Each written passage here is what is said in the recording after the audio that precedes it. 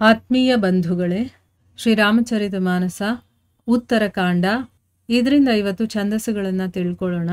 ಬಹು ರೋಗ ಬಿಯೋಗನ್ಹಿ ಲೋಗ ಹಯೇ ಭಗವದಂಘ್ರಿ ನಿರಾಧರ ಕೆ ಫಲಯೇ ಭವ ಸಿಂಧು ಅಗಾಧ ಪರೇ ನರತೆ ಪದ ಪಂಕಜ ಪ್ರೇಮ ನಜೆ ಕರತೆ ಅತಿ ದೀನ ಮಲೀನ ದುಖಿ ನಿತಹಿ जिन्हके पद पंकज प्रीति नहीं अवलंब भवंत कथा जिन्हके प्रिय संत अनंत सदा तिन्हके नहीं राग न लोभ न मान मदा तिन्हके सम वैभव वा विपदा ये ही ते तव सेवक होत मुदा मुनि त्यागत जोग भरोस सदा करी प्रेम निरंतर नेम लिए पद पंकज सेवत शुद्ध हिये सम मानि निरादर आदर ही सब संत सुखी बिचरंति मही मुनि मानस पंकज भृंग भजे रघुबीर महा रणधीर अजय तव नाम जपामि नमामि हरि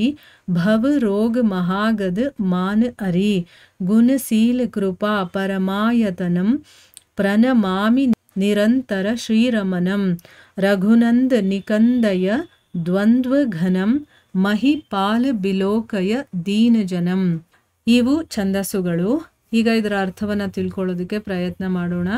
ತುಳಸಿದಾಸರು ಹೇಳ್ತಾರೆ, ವೇದ ಪುರುಷರೆಲ್ಲ ಹೊರಟು ಹೋದ್ಮೇಲೆ ಶಿವ ಬರ್ತಾನೆ. ಶಿವ ಬಂದು ತುಂಬಾನೇ ಗದ್ಗದ ಸ್ವರದಿಂದ ಈಗ ಸ್ತುತಿ ಮಾಡ್ತಾ ಇದ್ದಾನೆ.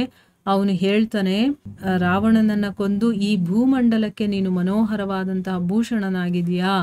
ಆಮೇಲೆ ನಮ್ಮ ಹೃದಯದಲ್ಲಿ ಮನ್ಮಥ ಭೋಗ ಅನ್ನುವಂಥ ಇಚ್ಛೆಗಳ ಬಾಣಗಳನ್ನ ನಾಟಿಸಿ ನಮ್ಮನ್ನ ಕೆಡುಬಿಡ್ತಾನೆ. ಆ ಬೇಟೆಗಾರನನ್ನ ಕೊಂದು ನಿಜವಾಗ್ಲೂ ನಾವು ಈ ವಿಷಯವನದಲ್ಲಿ ಮರುಳಾಗಿ ಮೈ ಮರೆತು ಬಿಟ್ಟಿದ್ದೀವಿ. ಇಂಥ ಪಾಮರ ಅನಾಥ ಜೀವಿಗಳನ್ನ ನೀನು ರಕ್ಷಣೆ ಮಾಡು ಅಂತಂದ್ಬಿಟ್ಟು ಶಿವ ಬೇಡ್ಕೊಂಡ.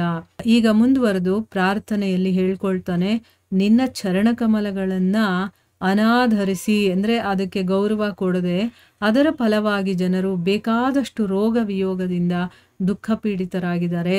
ಯಾವಾಗ ನಾವು ಭಗವಂತನನ್ನ ನೆಗ್ಲೆಕ್ಟ್ ಮಾಡ್ತೀವೋ, ಅವನಿಗೆ ನಾವು ಗೌರವ ಕೊಡೋದಿಲ್ವೋ, ಅವನನ್ನ ಮರೆತು ಹೋಗ್ತೀವೋ, ಅದರಿಂದ ದುಃಖಿತರಾಗ್ತೀವಿ.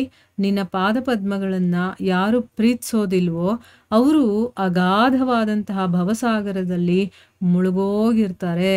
ನಿನ್ನ ಪದಪಂಕಜಗಳಲ್ಲಿ ಪ್ರೀತಿನೇ ಇಲ್ಲದೆ ಇರುವಂತಹ ಜೀವಿಗಳು ನಿತ್ಯವೂ ಅತ್ಯಂತ ದೀನರು, ಮಲಿನರು, ದುಃಖಿಗಳಾಗಿರ್ತಾರೆ. ಆದರೆ ನಿನ್ನ ಲೀಲಾವಿಲಾಸಕತೆಗಳನ್ನು ಯಾರು ಆಶ್ರಯಿಸ್ತಾರೋ ನೋಡಿ, ಯಾರಿಗೆ ಭಗವಂತನಲ್ಲಿ ಅಥವಾ ಅವನ ವಿಷಯಗಳಲ್ಲಿ, ಅವನ ಸೇವೆಯಲ್ಲಿ ಯಾವುದರಲ್ಲಾದರೂ ಆಗಿರಲಿ, ಅವ್ರಿಗೆ ಯಾರಿಗೆ ಇಂಟ್ರೆಸ್ಟ್ ಇರೋದಿಲ್ವೋ, ಆಸಕ್ತಿ ಇರೋದಿಲ್ವೋ ಅಂಥವ್ರೆಲ್ಲ ದೀನರು, ದುಃಖಿಗಳು, ಮಲಿನರು ಅಂತ ಹೇಳ್ತಾ ಇದ್ದಾರೆ. ಆದರೆ ಯಾರು ನಿನ್ನ ಕತೆಗಳನ್ನು, ನಿನ್ನ ಲೀಲೆಗಳನ್ನು ಯಾರು ಕೇಳ್ತಾರೋ, ಅಂಥ ಒಂದು ಕತೆಗಳನ್ನು ಆಶ್ರಯಿಸ್ತಾರೋ ಅಂಥ ಸಜ್ಜನರು ಭಗವತ್ ಪ್ರೀತಿ ಪಾತ್ರರು. ಅವರಿಗೆ ಭಗವಂತನಿಗೆ ಅಂಥವ್ರು ಅಂತಂದರೆ ತುಂಬ ಇಷ್ಟ. ಅಂದರೆ ಭಗವಂತನಿಗೆ ಇಷ್ಟ ಆದರು ಅಂತಂದರೆ ನಮಗೆ ಯಾವುದೇ ಕಷ್ಟ, ನೋವು, ಇದೆಲ್ಲ ಇರೋದಿಲ್ಲ ಆಯಿತಾ. ರಾಗ, ಲೋಭ, ಅಭಿಮಾನ, ಮದ ಇವೆಲ್ಲ ಅಂಥವ್ರ ಹತ್ರನೂ ಕೂಡ ಸುಳಿಯೋದಿಲ್ಲ. ಮತ್ತು ಸಂಪದ, ಆಪದ ಎರಡೂ ಕೂಡ ಅವರಿಗೆ ಸಮಾನ ಆಗಿಬಿಡುತ್ತೆ. ಅವರಿಗೆ ಸಂಪತ್ತು ಬಂದರೂ ಒಂದೇ, ವಿಪತ್ತು ಬಂದರೂ ಒಂದೇ, ಎರಡೂ ಕೂಡ ಸಮಾನವಾಗಿಬಿಡುತ್ತೆ. ಅದಕ್ಕೋಸ್ಕರನೇ ಮುನಿಗಳು ಯೋಗ ಸಾಧನೆಯ ಮೇಲೆ ವಿಶ್ವಾಸ ಇಡದೆ ನಿಶ್ಚಿಂತರಾಗಿ ಆನಂದದಿಂದ ನಿನ್ನ ಸೇವಕರಾಗ್ಬಿಡ್ತಾರೆ. ಅವರು ಸಾಧನೆ ಅದು ಇದು ಏನು ಮಾಡೋದಿಲ್ಲ, ಬರೀ ನಿನ್ನ ಸೇವೆ ಮಾಡ್ಕೊಂಡು ಸೇವಕರಾಗಿರ್ತಾರೆ. ಅವರು ಪ್ರೇಮ ಮತ್ತು ಆದರದಿಂದ, ನಿಯಮ ನಿಷ್ಠೆಯಿಂದ ಪವಿತ್ರವಾದಂತಹ ಅಂತಃಕರಣ ಉಳ್ಳವರಾಗಿ ನಿರಂತರ ನಿನ್ನ ಚರಣ ಕಮಲಗಳನ್ನೇ ಅವರು ಸೇವಿಸ್ತಾ ಇರ್ತಾರೆ. ಅವರು ಆದರ ಮತ್ತು ನಿರಾದರ ಅಂದರೆ ಗೌರವ ಮತ್ತು ಅಗೌರವ ಎರಡನ್ನೂ ಕೂಡ ಸಮಾನ ಅಂತ ಭಾವಿಸ್ತಾರೆ. ಅಂತಹ ಸಜ್ಜನರೆಲ್ಲರೂ ಕೂಡ ಈ ಒಂದು ಭೂಮಿಯಲ್ಲಿ ಹಾಯಾಗಿ ಸಂಚರಿಸ್ತಾ ಇದ್ದಾರೆ. ಮುನಿ ಮಾನಸ ಪಂಕಜ ಭೃಂಗನೆ ಅಂದರೆ ಮುನಿಗಳ ಮನಸ್ಸಿನಲ್ಲಿ ಪಂಕಜದ ಭೃಂಗನ ಹಾಗಿರುವನು, ಒಂದು ದುಂಬಿಯ ಹಾಗಿರುವಂಥವನು, ರಣಧೀರನೇ ಮತ್ತು ಅಜೇಯನೇ, ರಘುವೀರನೇ, ನಾನು ನಿನ್ನನ್ನು ಭಜಿಸ್ತೀನಿ, ನಿನ್ನ ನಾಮವನ್ನು ಜಪಿಸ್ತೀನಿ. ನೋಡಿ, ಶಿವ ಕೂಡ ರಾಮನಾಮವನ್ನು ಜಪಿಸ್ತಾನೆ.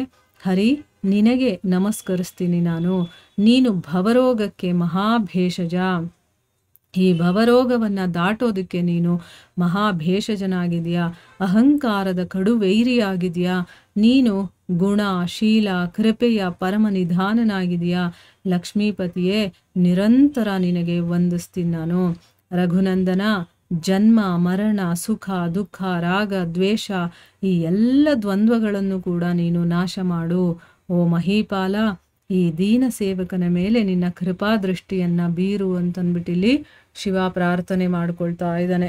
ಅಲ್ಲಿ ವೇದ ಪುರುಷರು ಪ್ರಾರ್ಥನೆ ಮಾಡಿಕೊಂಡ್ರು, ಇಲ್ಲಿ ಶಿವ ಕೂಡ ನಿನ್ನ ಕೃಪೆ ನನ್ನ ಮೇಲೆ ಇರಲಿ ಅಂತಂದ್ಬಿಟ್ಟಿಲ್ಲಿ ಕೇಳ್ಕೊಳ್ತಾ ಇದ್ದಾನೆ. ಎಷ್ಟು ಚೆನ್ನಾಗಿದೆ ಶಿವನ ಪ್ರಾರ್ಥನೆ ಅನ್ನೋದು ಅಲ್ವಾ. ನಾವು ಯಾವಾಗ ಈ ರೀತಿ ಪ್ರಾರ್ಥನೆ ಮಾಡ್ಕೊಳ್ಳೋದು, ಬರೀ ನಮ್ಗೇನು ಬೇಕೋ ಅದನ್ನು ಕೇಳ್ಕೊಳ್ತಾ ಇರ್ತೀವಿ ಹೊರತು ಆ ಭಗವಂತನನ್ನು ಯಾವತ್ತೂ ನಾವು ಏನು ಒಂದು ಸ್ತುತಿ ಮಾಡಿ ಅವನನ್ನು ಹೊಗಳಿ ಹಾಡಿ ಕೀರ್ತನೆ ಮಾಡಿದ್ದೇ ಇಲ್ಲ ಅಲ್ವಾ. ಆದರೆ ಇದನ್ನೆಲ್ಲ ನಾವು ಕೇಳ್ತಾ ಇರಬೇಕಾದ್ರೆ, ಇವರೆಲ್ಲ ಮಾಡುವಂಥ ಸ್ತುತಿಗಳನ್ನು ಕೇಳ್ತಾ ಇದ್ರೆ ನಾವು ಆ ರೀತಿ ಬೇಡ್ಕೋಬೇಕು ಭಗವಂತನನ್ನು.